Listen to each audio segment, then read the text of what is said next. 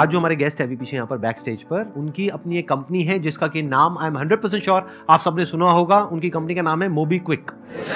कितनों ने सुना है? हाथ ऊपर करिए।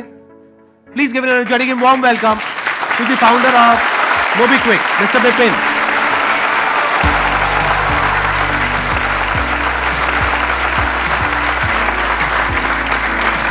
बैठिए। आपकी कंपनी के बारे में मैंने थोड़ा सा स्टडी किया तो मैंने देखा कि आपने 2009 में शुरू करा था। करेक्ट। और उस टाइम पे तो बहुत ही कम ऐसी कंपनीज थी, या मेरे को नहीं लगता कि उस टाइम की बात है, उस समय कोई एप्स नहीं होती थी, एप्स भी नहीं थी, राइट? उस समय स्मार्टफोन्स भी नहीं थे इंडिया में। अच्छा, तो आपने वेबसाइट से शुरू किया था? हमने वेबसाइट से शुरू किया था मोबीक्विक। मेरा आइडिया था कि इंडिया में इतने लोग हैं, हमारी पॉपुलेशन बढ़ रही है और इंटरनेट तो आएगा ही और लोग डिजिटल पेमेंट्स करेंगे ही करेंगे। तो इस हिसाब से मैंने फिर मोबीक्विक के बारे में सोचा। जब मैं काम कर रहा था, इनफैक्ट उसी समय मैंने आइडिया के बारे में सोचा, बट मेरे पास थोड़े पैसे थे, ज़्यादा पैसे नहीं थे। बट फिर मैंने सोचा कि एक ही लाइफ है तो कुछ थोड़े तो की क्या डेफिनेशन है? मतलब कितने पैसे थे जिससे आपने शुरू जितनी किया? मेरे प्रोविडेंट फंड इनके थोड़े भी आपके लिए बहुत ज्यादा होंगे, मैं इसलिए पूछ रहा हूँ। नहीं, सो आई थिंक कुछ 1-2 लाख होंगे। क्या बात कर रहे हो? हाँ। मतलब आपने IIT से कहीं पे जॉब करी? हाँ, मैंने जॉब और की, 7 मेरे साल पास तक करी, तो बहुत पैसा होगा आपके पास। मतलब बहुत सेविंग नहीं थी, मतलब हाँ। 2-3 लाख की सेविंग थी टोटल। मेरा घर भी था, मैं अपनी फैमिली का एल्डेस्ट हूँ, सो और मेरा बैकग्राउंड जो है उससे पहले वो हमारा काफ़ी टफ था। जब हम दिल्ली मूव हुए थे तो हम एक रूम के घर में रहते थे, मैं और हमारी फैमिली के 5 लोग। तो वहाँ से फिर IIT गया, क्योंकि ऐसा था कि पढ़ाई करोगे तो कुछ बन जाओगे। ये माँ बाप ने बोला था कि पढ़ोगे तो आगे फैमिली भी आगे बढ़ेगी, तुम भी आगे बढ़ोगे। तो वो फिर काफ़ी स्ट्रगल किया, कुछ साल काम किया, कुछ सेविंग्स किए, कुछ लाख सेविंग किए, बट इतनी सेविंग नहीं थी कि बिजनेस स्टार्ट कर सको। और आपका बिजनेस का बैकग्राउंड भी नहीं था? मेरा बिजनेस का बिल्कुल बैकग्राउंड नहीं था। मतलब आपके पेरेंट्स वगैरह और बिजनेस मेरे नहीं करते थे? अगर आप मेरे दोस्तों से पूछोगे, IIT के दोस्तों से पूछोगे या किसी से भी पूछोगे, तो वो बोलेंगे ये लड़का ये बिजनेस कैसे कर सके इसको। मतलब मेरी जो पर्सनैलिटी थी, मतलब I have always been a introvert. मैं हमेशा से इंट्रोवर्ट था, मुझे लोगों से बातें, मैं सिर्फ पढ़ाई करता था। तो इसलिए IIT गया। IIT में भी मैं अबव एवरेज था, बट मेरा कोई बहुत ज़्यादा सोशल सर्कल नहीं था, ना ही मैं कोई एक्स्ट्रा करिकुलर एक्टिविटीज़ में कोई बहुत स्ट्रांग नहीं था। अब ये I think I am an accidental entrepreneur. मैंने ये ज़्यादा नहीं सोचा कि इसमें बहुत ज़्यादा पैसे कैसे बनेंगे या क्या रेवेन्यू स्ट्रीम होगा, बट एक चीज़ क्लियर थी कि ये मार्केट बहुत बड़ी होने वाली है।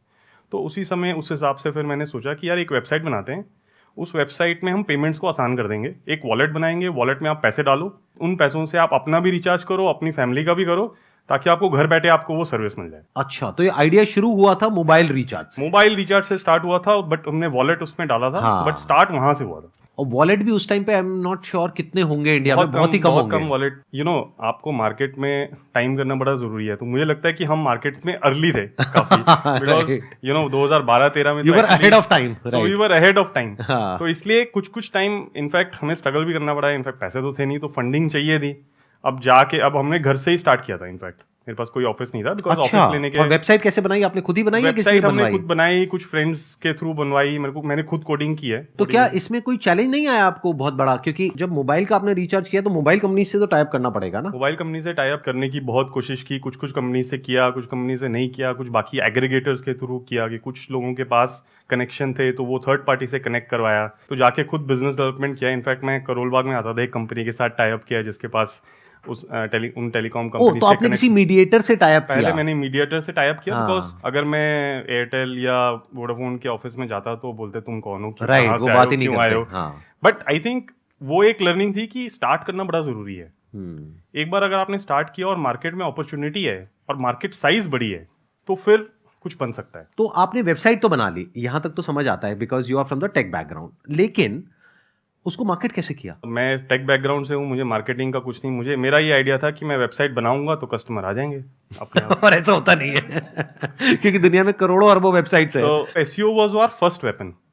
अच्छा। And it was obviously very cheap. SEO में एक बार बता देता हूँ अगर किसी को नहीं पता है, तो SEO mean search engine optimisation. तो सर्च इंजन ऑप्टिमाइजेशन में हमने इन्वेस्ट किया कि हम उसमें रैंक करें, फर्स्ट पेज पे रैंक करें पहले, तो उसके बाद टॉप 5 में रैंक करें, टॉप 3 में रैंक करें। तो वो हमने एक्चुअली अचीव किया।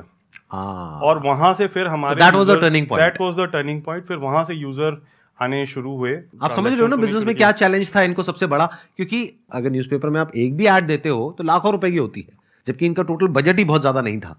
तो इन्होंने क्या किया, सर्च इंजन ऑप्टिमाइजेशन, क्योंकि उसमें कॉस्ट नहीं लगती है, उसमें टाइम लगता है, उसमें टाइम लगता है, एफर्ट लगता है, और इंटेलिजेंस लगती है। हाँ, गूगल का एल्गोरिदम समझना पड़ता है, मतलब उसमें कीवर्ड्स यूज करने पड़ते हैं बहुत सारे, ताकि अब जैसे अगर एयरटेल का रिचार्ज किसी को ढूंढना है तो एयरटेल रिचार्ज डालेगा गूगल में, तो उस पर आपका रैंक आना चाहिए। अगर उसमें रैंक आएगा और उसमें फिर ट्रैफिक अच्छा है तो फिर आपके पास ऑटोमेटिकली लोग आएंगे। अब यहाँ पर सर पॉइंट आता है कि आपने 1-2 साल इस तरीके से चलाया, तो फंडिंग किस पॉइंट पे जाकर के आपने रेस करी? फंडिंग हमने एक्चुअली, हमारा पहले ऑफिस दिल्ली में था, हम द्वारका में रहते थे, तो वहाँ पे हमने एक्चुअली अपार्टमेंट डीडीए फ्लैट के अंदर पहला ऑफिस सेटअप किया था।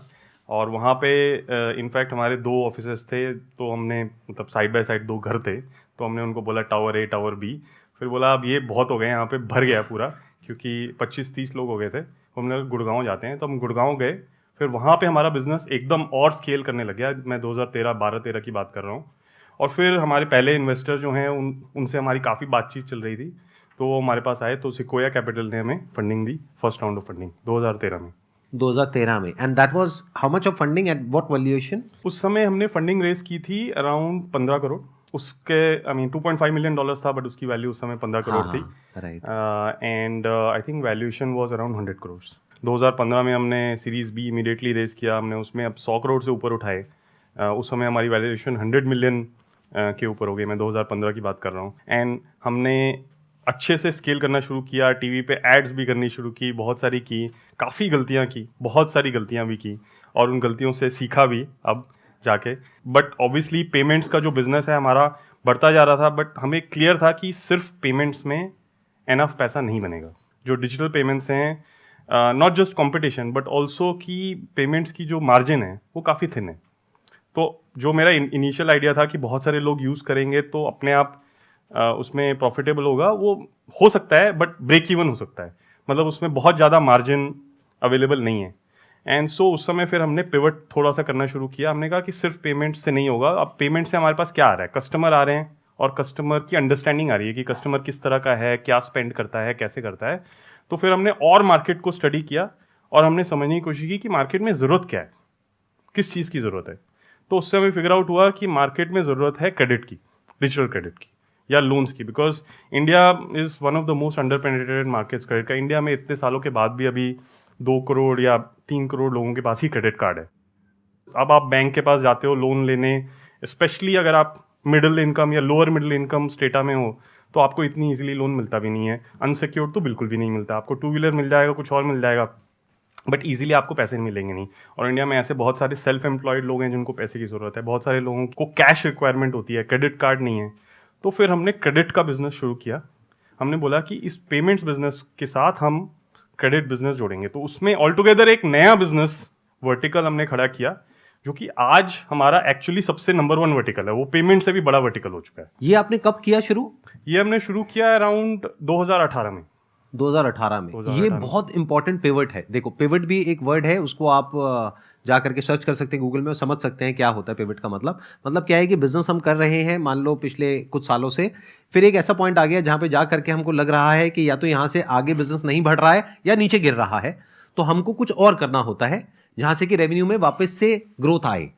तो अभी जहां तक मैं समझ पा रहा हूं, please correct me if I am wrong, मैं ये समझ पा रहा हूं कि इन्होंने शुरू किया रिचार्ज के बिजनेस से, which was a great idea at that time, लेकिन 2018 तक पहुंचते पहुंचते एक तो इसमें कंपटीशन बहुत बढ़ गया, दूसरा जो टेलीकॉम प्लेयर्स हैं वो खुद रिचार्ज देने लग गए अपने प्लेटफॉर्म से, और बहुत सारे प्लेटफॉर्म्स आ गए और बहुत सारे एवेन्यूज आ गए जहां से कि एक इंसान रिचार्ज कर सकता है। तो जिस वजह से उस बिजनेस में ग्रोथ नहीं आ रही थी। सो सिर्फ रिचार्ज नहीं था, ऑब्वियसली उसमें सारे पेमेंट्स के थे। उसमें payment, online payment options, offline QR code, सारे पेमेंट ऑप्शंस हमने बनाए थे। तो हमने पेमेंट्स का बहुत बड़ा बिजनेस बनाया था, काफी बड़ा बिजनेस था। उसमें ऑलरेडी हमारा 100 करोड़ से ऊपर हमारा टॉप लाइन जो कि रेवेन्यू कहते हैं वो बन गया था, कि मतलब जैसे जोमेटो जैसी ऐप में जाके आप मूवी क्विक से पे कर सकते हो, मेक माई ट्रिप में जाके पे कर सकते हो, किसी दुकान पे जाके QR कोड से पे कर सकते हो। तो ये सारा हमने इन्वेस्टमेंट किया, तो बड़ा पेमेंट्स का बिजनेस बटा, बट पेमेंट्स में मार्जिन बहुत कम है। पेमेंट्स में यूजुअली जो मार्जिन होता है, जहां तक मैं समझता हूं, इट्स अराउंड 1 to 2%। कुल मिला के उसमें एक्चुअली 1 to 2% का आपको 10 या 20% ही बचता है।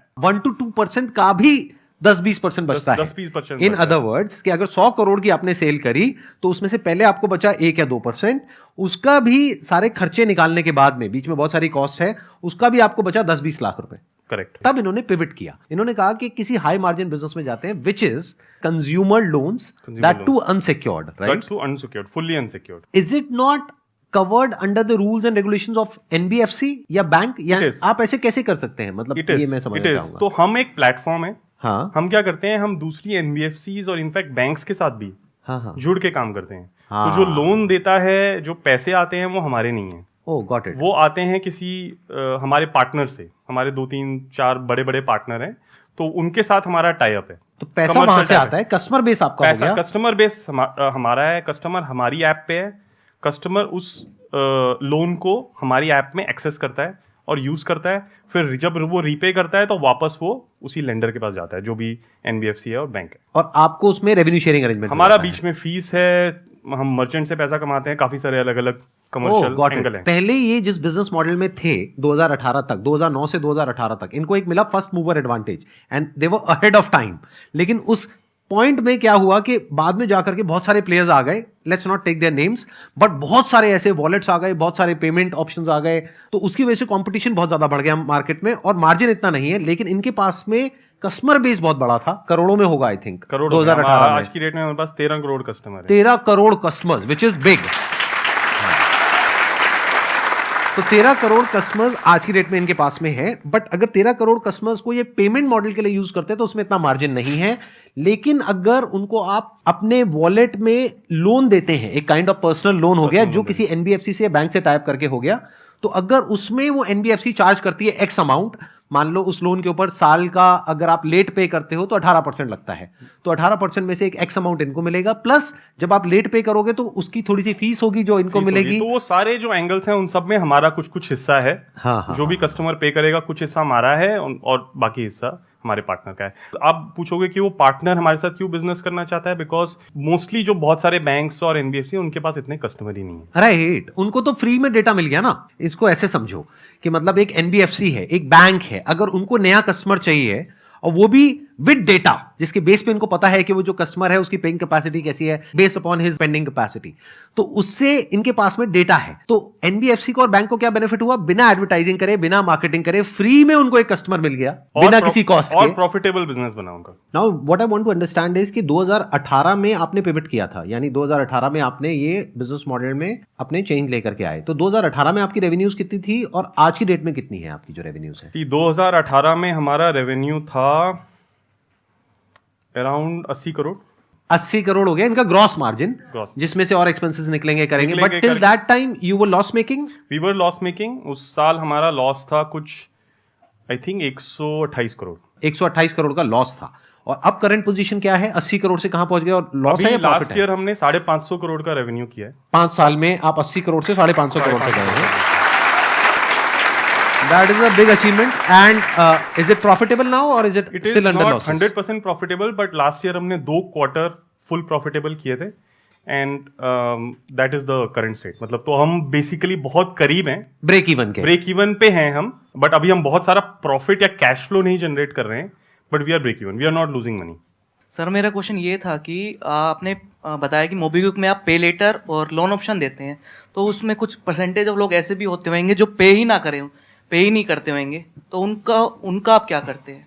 तो उनके लिए प्रोसेस होता है हमारा, एक उनको हम रिमाइंडर्स भेजते हैं, नोटिफिकेशंस करते हैं, फिर हमारे पास कॉल सेंटर है, उनसे कॉलिंग कराते हैं, उनको बोलते हैं सर प्लीज पे करिए। इनके पूछने का मतलब है, मतलब गुंडे बदमाश घर जाते हैं, नहीं जाते हैं? नहीं, मतलब ये शायद इसलिए पूछ रहे हैं कि ये आपकी ये आपकी ऐप डाउनलोड करके सोच रहे हैं कि ये पे नहीं करेंगे 60,000 रुपए, तो इनके साथ क्या होगा ये जानना चाह रहे हैं। देखिए ऐसा है कि बिल्कुल बिल्कुल वैलिड क्वेश्चन है।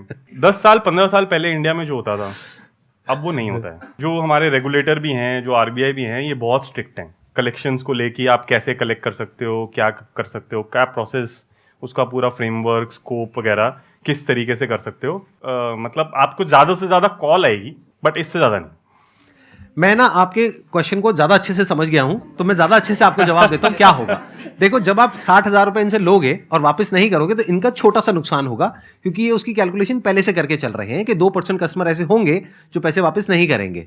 लेकिन आपका बहुत बड़ा नुकसान होगा, क्योंकि आपकी जो क्रेडिट रेटिंग है करेक्ट। वो खराब हो जाएगी। फिर कल को फ्यूचर में आप कहीं भी जाओगे लोन लेने के लिए, चाहे गाड़ी के लिए, चाहे घर के लिए, चाहे बाइक के लिए, या किसी भी चीज के लिए, तो आपको कोई भी लोन नहीं मतलब देगा। सिविल स्कोर खराब हो जाएगा। आपका स्कोर खराब हो जाएगा। एंड वही हम लोगों को समझाने की कोशिश करते हैं कि आप अपना पैसा वापस करिए इतने छोटे अमाउंट के लिए। आप अपना फ्यूचर, क्योंकि उसमें फिर ऐसा होता है कि 18 महीने, 24 महीने, 3 साल तक आपको कोई भी लोन नहीं देगा। हाँ, मतलब पूरी सिर्फ जिंदगी हमने- भर के लिए आपके ऊपर एक ब्लैक मार्क आ गया हमेशा के लिए, क्योंकि अब तो सबको डिजिटल है, तो वो आपके लिए अच्छा नहीं है, क्योंकि छोटा डिफॉल्ट करके हो सकता है बड़ी अपॉर्चुनिटी को मिस कर जाओ। कभी आपको फ्यूचर में 10 लाख की जरूरत होगी, तो वो कब मिलेगा? जब आप 50-50 हजार के छोटे छोटे लोन्स पे करोगे। अल्टीमेटली इसमें लोन पे करने में आपका फायदा है, मतलब इस तरीके से हमको समझना होगा। तो लोन पे करना होगा, मतलब मर्जी आपकी। सर ये पूछ रहे हैं कि लोन पे करना होगा या नहीं, मतलब आप क्या सजेस्ट करते हैं? हाँ, आपको करना चाहिए, बट इससे ज्यादा नहीं बोल पाऊंगा। Thank you sir.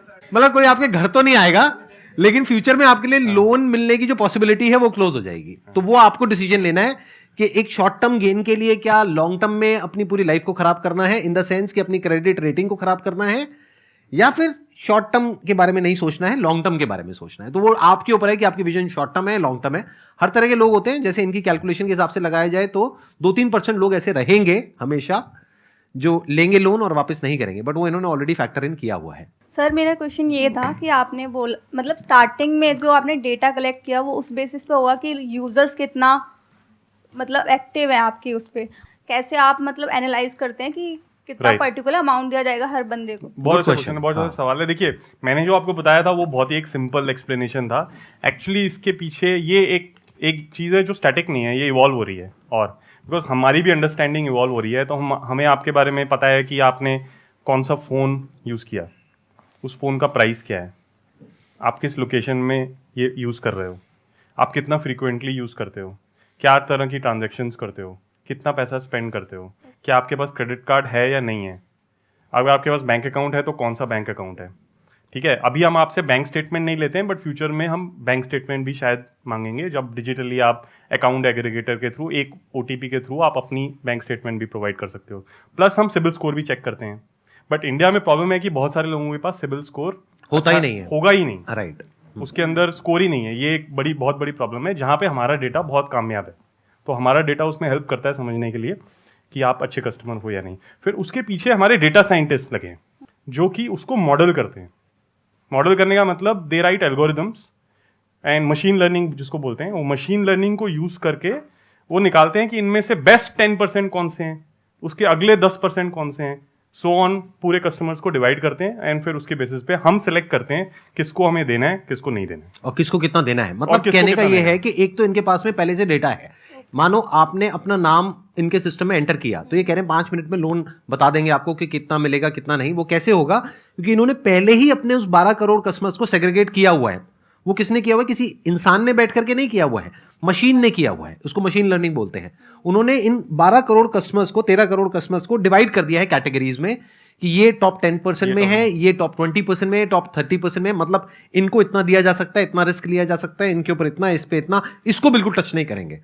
तो जैसे ही आप अप्लाई करोगे तो बेस्ड अपॉन दैट 99% काम तो मशीन कर देगी, बाकी का जो 1% काम है वो फिर मैनुअली करना वो पड़ेगा। मैनुअली करना। सर आपने कॉन्सेप्ट बताया बाय नाउ एंड देन पे लेटर, उसमें आपने बताया कि 15 या 30 डेज के लिए आप ले सकते हो, देन आपको उस पर कोई इंटरेस्ट interest नहीं नहीं, देना। zero तो interest। इसमें आपको क्या बेनिफिट है? मतलब तो इसमें हमारा बेनिफिट ये है कि हम जब वो पैसा स्पेंड करते हैं तो वो पेमेंट्स का जो रेवेन्यू है जो हम 1 से 2% कमाते हैं, वो तो कमाते ही कमाते हैं, राइट। और अगर आप जितना रेगुलरली यूज़ करोगे तो वो एक्चुअली हमारे कॉस्ट ऑफ कैपिटल से फिर भी ज़्यादा पड़ता है। बिकॉज आप देखिए, अगर आप महीने में अगर 2 बार यूज़ करेंगे तो मैं अगर 1.5% भी मानूँ तो मैंने आपसे 3% कमा लिए, आपसे नहीं बट मर्चेंट से। बिकॉज आपने यूज़ किया, मान लीजिए जोमेटो पे या स्विगी पे खाना ऑर्डर किया, वो मुझे 1.5% या 2% देते हैं। आपने 2 बार यूज़ किया तो मैंने 3% कमा लिया। मेरा कॉस्ट ऑफ कैपिटल 12% है, which means 1% per month, but मेरी इनकम है 3% पर मंथ।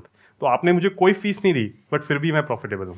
इन्होंने जो बोला है, आई एम नॉट श्योर आप में से कितनों को समझ आया होगा, कितनों को नहीं आया होगा। मैं एक बार थोड़ा एक्सप्लेन कर देता हूँ सिंपल भाषा में। आपको क्वेश्चन बहुत अच्छा था कि आपको क्या बेनिफिट होता है। इनको ये बेनिफिट होता है कि जब भी आप मोबीक्विक के थ्रू या और किसी भी प्लेटफॉर्म के थ्रू पेमेंट करते हो, कुछ चीज परचेज करते हो, चाहे फिर आप फूड ऑर्डर कर रहे हो, चाहे आप टेलीविजन परचेज कर रहे हो, मोबाइल परचेज कर रहे हो, तो जो वेंडर है वहां से भी तो इनका टाई अप होता है, करेक्ट। वो भी तो इनको देगा 1%, 2%, 5%, 10%, डिपेंडिंग अपॉन क्या इनका टाई अप है। फॉर एग्जाम्पल, मान लो मैं एक कंपनी हूं जो कि अपने मोबाइल फोन इंडिया में लॉन्च करना चाहता हूं बहुत बड़े लेवल पे। अब मेरे को इनका प्लेटफॉर्म मिल गया, इससे बढ़िया प्लेटफॉर्म मेरे लिए क्या होगा? अब इनके प्लेटफॉर्म पे जैसे ही लोग ऐप खोलेंगे, उनको ऐड दिखेगी कि ये आप मोबाइल परचेस करो, बाय नाउ पे लेटर है। मिलेगा तभी जब वो अप्रूवल रेशो में होगा, यानी कि जो सिस्टम है, मशीन लर्निंग है, उसके अकॉर्डिंग आप वर्दी होगे क्रेडिट देने के, Correct. तब आप एलिजिबल हो जाओगे, या ये कह लो उन्हीं को वो ऐड दिखेगी। Correct. इसको और सिंप्लीफाई कर देते हैं कि अगर मोबाइल 20,000 का है तो उन्हीं को दिखेगी जहां पे 20,000 देने में कंफर्टेबल है। ये क्या कह रहे हैं, आप मोबाइल ले लो और 1 साल में पे करते रहना। अब आप कहोगे यार 1 साल में, और ये भी हो सकता है बोलते 0% इंटरेस्ट है और 12 EMIs है, तो अब आप कहोगे इनको क्या बेनिफिट है? इनको ये बेनिफिट है कि मैं जो अपना मोबाइल बेच रहा हूं, यानी कि मैं वेंडर हो गया, मैं सेलर हो गया, मैं इनको पहले ही कहूंगा कि अगर मैं अपने और किसी नेटवर्क के थ्रू जाता हूं, किसी ई कॉमर्स प्लेटफॉर्म के थ्रू जाता हूं, वहां भी तो मुझे 20% देना पड़ेगा, 10% देना पड़ेगा, तो मैं 10% आपको दे देता हूं, मुझे क्या दिक्कत है? तो इनको 10% पहले ही मिल गया। हमारे बिजनेस में जो एक नेचुरल एडवांटेज है कि हमारे पास बहुत सारे कस्टमर्स हैं। जब हम किसी वेंडर के पास जाते हैं, वो सारे वेंडर हमारे से टाई अप करने के लिए रेडी होते हैं। राइट। उसका रीज़न क्या है? उसका रीज़न यही है कि वो चाहते हैं कि हम कुछ उनके लिए कुछ मार्केटिंग करें, उनको कुछ प्रमोट करें, ताकि हमारे कुछ यूज़र उन पे जाके उनका प्रोडक्ट खरीदें। सबको क्लियर हो रहा है ना? जैसे आप ये मान लो कि आप एक पर्टिकुलर कोई प्रोडक्ट बनाते हो या कोई सर्विस देते हो, तो अब आपके पास में 2 ऑप्शंस है। एक है कि आप जा करके टीवी पे ऐड करो, न्यूज़पेपर में ऐड करो, ऑनलाइन ऐड करो, सब तरफ ऐड करो। ऐड में कितना पैसा लगता है? लाखों करोड़ों रुपए लग जाता है। अगर टीवी पे आप ऐड करते हो तो मानो 20 करोड़ लग गया, 30 करोड़, 50 करोड़ लग गया, उसके बाद भी रिटर्न की कोई गारंटी नहीं है कि 30 करोड़ खर्चने के बाद भी 3 करोड़ भी आएगा या नहीं आएगा, कोई गारंटी नहीं है। बट यहां पर 1 रुपए भी नहीं लगा, सीधा मैं गया, इनसे टाई अप किया, और इनको पहले से पता है कि कौन से कस्टमर किस लेवल के हैं। तो मेरा प्रोडक्ट अगर उस लेवल का है, मानो 50,000 रुपए का है, जो मैं मार्केट में 50,000 का बेच रहा हूं, तो मैं इनकी ऐप के थ्रू वही सेम प्रोडक्ट 40,000 का बेचूंगा। देखना, ध्यान से समझना। तो आपको क्या बेनिफिट हुआ? आपको एक 50,000 का प्रोडक्ट जो और जगह ऑनलाइन 50,000 का मिल रहा है, वो 40,000 का मिल गया। ये बेनिफिट हुआ आपको, प्लस मैंने 10,000 इनको भी दे दिया, तब भी मैं प्रॉफिट में हूं, क्योंकि मेरा कॉस्ट ऑफ एक्विजिशन 0 है। Cost of acquisition of a customer is very very high in most of the cases. अगर मैं टीवी पे ऐड करता हूं तो कॉस्ट ऑफ एक्विजिशन मेरे को उतने प्रोडक्ट बेचने के लिए, मानो 10,000 प्रोडक्ट बेचने के लिए मुझे 20 करोड़ लगाने पड़ते, वो मेरे को नहीं लगाने पड़े। तो इस प्लेटफॉर्म पे देखा जाए तो मेरा कुछ भी नहीं लगा और फिर भी मैं प्रॉफिट में चला गया। तो इनको भी प्रॉफिट हो गया, कस्टमर को भी प्रॉफिट हो गया, और वेंडर को भी प्रॉफिट हो गया।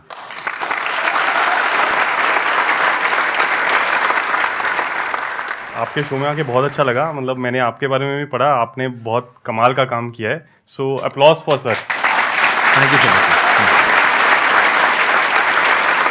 आई मीन, आप जो कर रहे हो, this is real new India, right? In a way modern India, और जो मतलब कुछ साल पहले तक भी नहीं होता था, मतलब 5 साल 10 साल पहले भी नहीं होता था। तो really very good. So I am very excited, and also live audience के साथ इंटरेक्ट करके बहुत मज़ा आया।